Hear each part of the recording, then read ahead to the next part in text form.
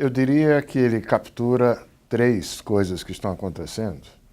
revertendo em grande medida aquilo que agora nós poderíamos chamar de velha globalização, ou seja, o período em que o comércio global cresceu como proporção do PIB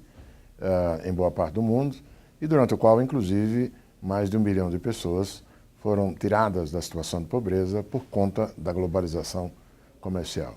O que é essa nova globalização? Ela é o reflexo, acima de tudo, de mudanças tecnológicas que estão revertendo parcialmente a fragmentação de processos produtivos, que permitiu a relocalização de etapas intensivas em mão de obra não qualificada na periferia, nos mercados em desenvolvimento, e isso está sendo, em grande medida, diminuído agora por conta da natureza das novas tecnologias. Mas é também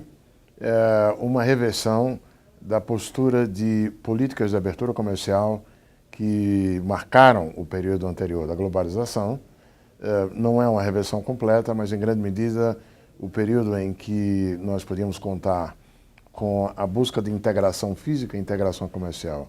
como algo bem-vindo em escala global, deixou tanto de ser por conta até de reações nos países avançados em relação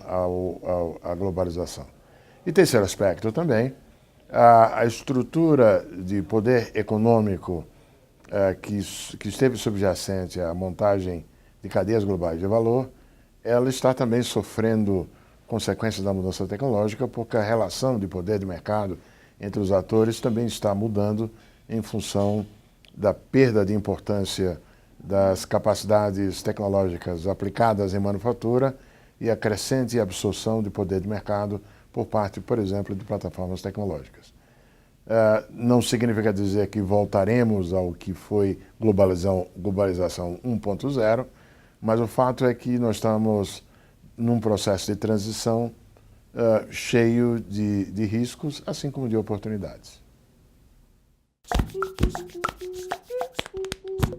Eu vejo a importância do dever de casa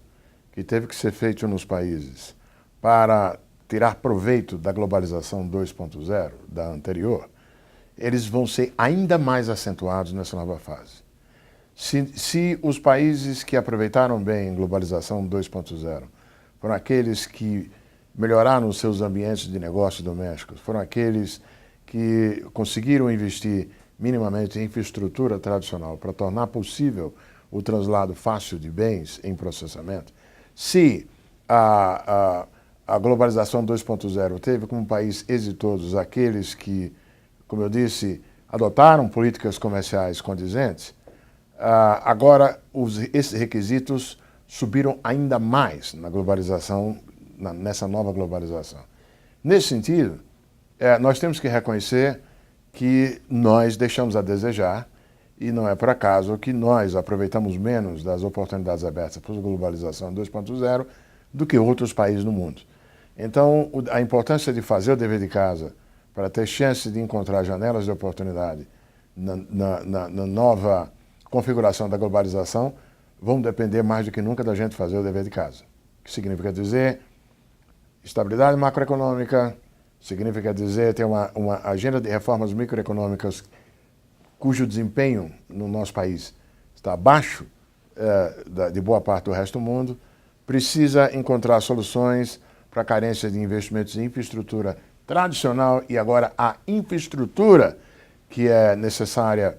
para a operação da globalização, da nova globalização, a gente precisa fazer esse dever de casa, senão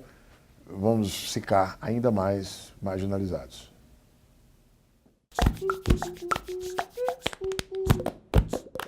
Acho que os custos que o Brasil paga por ser tão fechado comercialmente, eles vão crescer. Porque o que, mais uma vez, a experiência internacional mostra claramente é que as oportunidades de aprendizado, de utilização de tecnologias existentes lá fora, elas necessitam de uma contrapartida local, de uma contrapartida de criação de ativos complementares. Não estou falando aqui apenas de educação, estou falando também, como eu disse, de um ambiente de negócios que seja favorável, que não seja adversário ao manejo de tecnologias e todos os casos de sucesso, repito, são aqueles que exatamente prestaram atenção nesse componente da agenda. Eu ainda vejo com frequência pessoas tentando utilizar paradigmas, referências dos anos 60, dos anos 70, de globalização 1.0. Isso enquanto globalização 2.0 estava se desdobrando, e nós vemos hoje, no limiar dessa nova globalização, ainda alguns brasileiros raciocinando como se a gente estivesse nos anos 50 e 60, pensando em dar subsídios, dar isenções tributárias, em botar tarifas, botar políticas de conteúdo local, que não serviram nem para a globalização 2.0, muito menos para um quadro em que esse fluxo de entrada, de utilização, de aprendizado, de uso de tecnologias de fora será ainda mais central. Fechamento comercial é ainda mais desastroso do que o que tem sido para o país nas últimas décadas.